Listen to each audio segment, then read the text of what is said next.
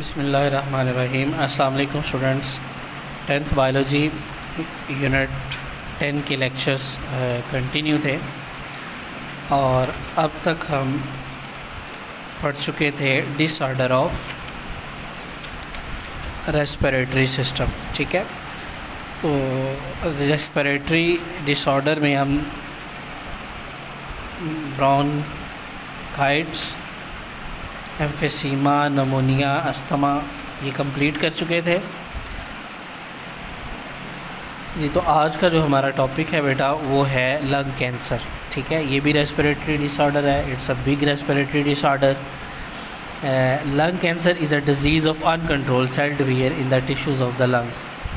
जी, फेफड़ों का जो कैंसर है इससे मुराद फेफड़ों के टिश्यूज़ में बेकाबू सेल डिवीजन की बीमारी है। यानी जो फेफड़ों के सेल हैं वो अनकंट्रोल सेल डिवीजन की तरफ बढ़ते हैं। सेल्स किसी कंट्रोल के बगैर तकसीम होना जारी रखते हैं और रसोलियाँ यानी ट्यूमर्स बना लेते हैं। ठीक है जी, तो ये सेलुलर ग्रोथ जो है फेफड़ों से निकल कर दूसरे करीबी टिश्यूज़ जो है उनमें भी दाखिल हो सकती है। जैसा कि यहाँ आपको डायग्राम में ये दिखाया गया है, कैंसरस मैस यहाँ पर है। ठीक है, तो ये अनकंट्रोल जब होता है तो ये मुसलसल फैलता चला जाता है। ठीक है, और इससे लंग्स के अलावा बाकी जो करीबी टिश्यूज़ हैं वो भी मुतासर होते हैं। तो बेटा इस जो बीमारी की अलामात हैं वो इसके बाद सबसे पहला काम है इसकी अलामात को जानना। जब हमें पता चलता है कि हम लंग कैंसर को पढ़ रहे हैं तो लंग कैंसर एक्चुअल होता क्या है, वो सेल की बेतरतीब डिवीज़न है, अनकंट्रोल डिवीज़न है। ठीक है, और इससे फिर ना सिर्फ लंग्स बल्कि दूसरे जो टिश्यूज़ हैं वो भी मुतासर होते हैं। तो किन अलामात से हमें पता चलता है कि ये जो डिज़ीज़ है वो लंग कैंसर की है। तो the most common symptoms of shortness of breath, क्योंकि रेस्पिरेटरी डिसऑर्डर है तो अल्टीमेट सांस लेने की जो प्रॉब्लम है वो सबसे पहले है। तो इसकी आम अलामात सांस की तंगी है। ठीक है, उसके बाद खांसी है। ठीक है, जिसमें खून की खांसी भी शामिल है, यानी खांसते हुए जो है वो ड्रॉप्स ऑफ ब्लड जो है वो भी महसूस होते हैं कि वो गले से बाहर आ रहे हैं। ठीक है, और इसके साथ साथ वेट लॉस है, वज़न की कमी। तो shortness breathing, coughing including the coughing up blood, उसके बाद है वेट लॉस, बहुत तेज़ी से जो है ना वज़न गिरना शुरू हो जाता है। ठीक है, ये तो थी इसकी सिम्टम्स। अब आते हैं इनके असबाब की तरफ।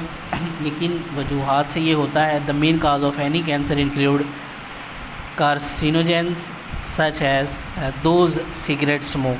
ठीक है, तो बेटा याद रखें कि किसी भी कैंसर की बड़ी वजह कार्सिनोजेंसिस होती है, जैसे कि सिगरेट के धुएं में होते हैं। ठीक है, इसके बाद आयोनाइजिंग रेडिएशन है, वायरल इन्फेक्शन है। ठीक है, यानी ये दो और बड़ी वजह हैं सिगरेट के धुएं के अलावा। ठीक है, तो smoking is the main cause of lung cancer. तो जो सबसे बुनियादी वजह है लंग्स के कैंसर की वो तंबाकू नोशी है, यानी सिगरेट पीना जो है। तो तंबाकू नोशी फेफड़ों के कैंसर की बड़ी वजह होती है। तंबाकू नोशी ना करने वाले में फेफड़ों के कैंसर का ख़तरा बहुत कम होता है। तो cigarette smoke contain over 50 non carcinogens. और इसके साथ साथ ये है कि सिगरेट के धुएं में 50 तरह के मुख्तलिफ़ कार्सिनोजेंसिस होते हैं जिनकी अब तक पहचान की जा चुकी है।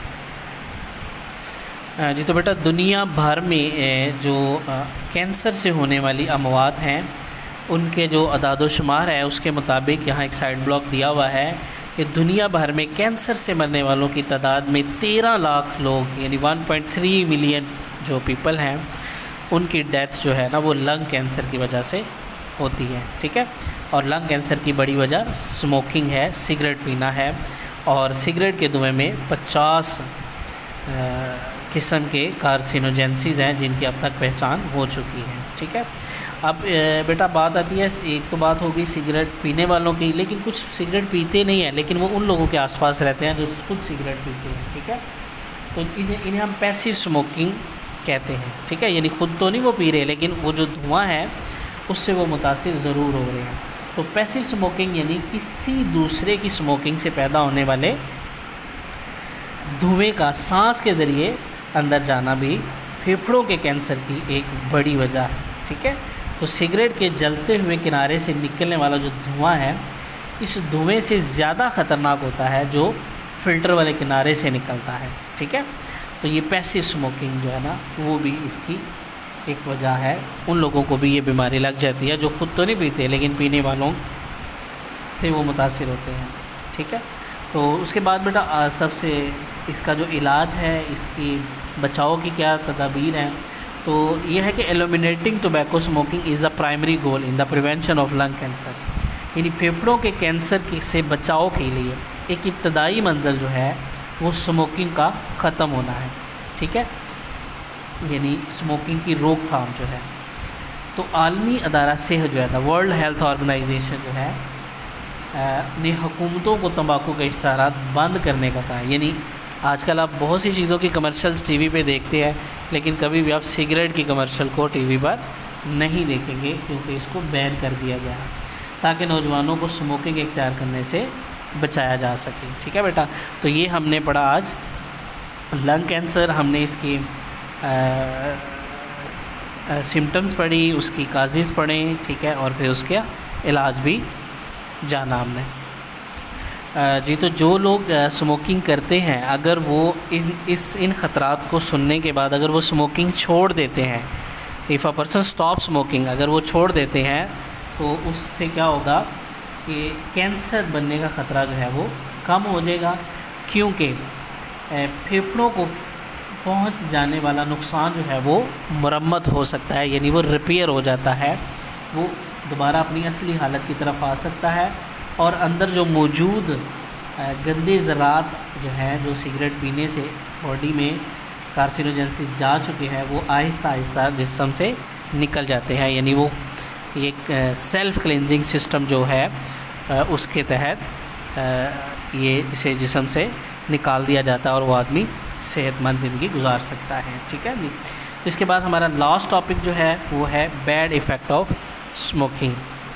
जी, तो बेटा बैड इफ़ेक्ट ऑफ स्मोकिंग जो है इसे हम नेक्स्ट लेक्चर में शामिल करेंगे। अब तक के लिए इतना ही।